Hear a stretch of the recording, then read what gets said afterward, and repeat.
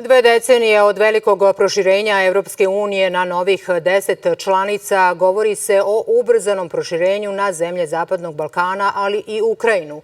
I to u Beogradu, koji isto toliko vremena čeka konkretan napredak na evropskom putu. Poruka stručnjaka je da je Unija otporan i najefikasniji projekat, a premijera Srbije da je vreme da se prekinu isprazne priče o članstvu i da počnu da rade konkretne stvari kako bi se zaokružila evropska priča. Pre 2 decenije Evropska unija primila je 10 novih članica, većinom bivših komunističkih zemalja. Istorijsko ujedinjenje stizale su tada ocene. Otvorilo se i pitanje koliko daleko bi moglo da ide širenje Unije. Kao motiv navodila se sloboda.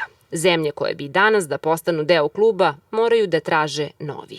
Ja mislim da to svakako i bez ali važi i za društvo Srbije i svih drugih društva na Zapadnom Balkanu. Ovo ponovo ujedinjenje Evrope, posebno u centralno-istočnoj Evropi i baltičkim državama, bio je uspeh onih ljudi koji uprkos svim teškoćama i otporima nisu nikada odustajali od želje da žive u slobodi.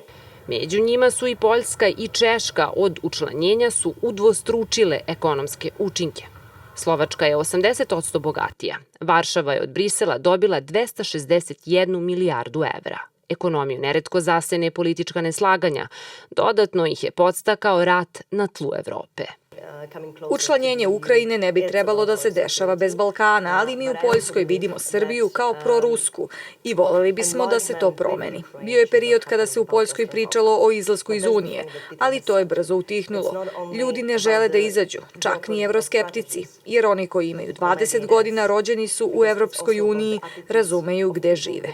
Jako bih voljela da samo obratite pažnju na činjenicu koju stalno pominjete. 20 godina života u Evropskoj uniji i 20 godina čekanja na nekakav konkretni put ka Evropskoj uniji. Narativ ne može biti isti. To su 2 potpuno različite stvari i ne možemo tu praviti paralelu kakva jeste sa prethodnim velikim proširenjem.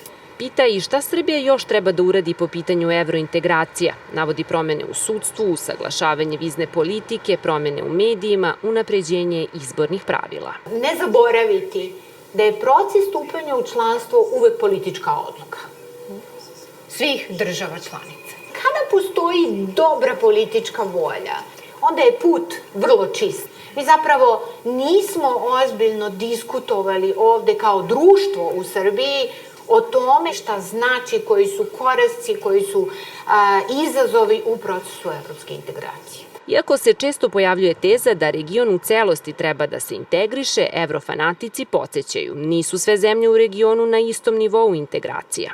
Za one koje nemaju bilateralne probleme, ocenjuju put je otvoren.